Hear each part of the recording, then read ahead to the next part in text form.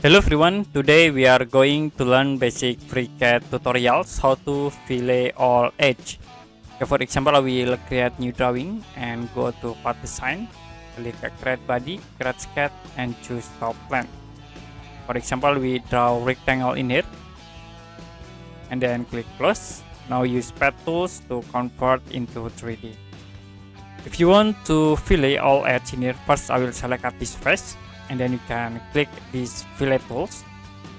After it, you can check in this option use all edge and it will be automatically fillet all edge in this 3D object.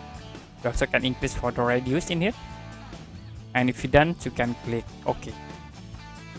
That's it for basic FreeCAD tutorials how to fillet all edge in a single button. And if you have any question about this tutorial, you can comment below this video.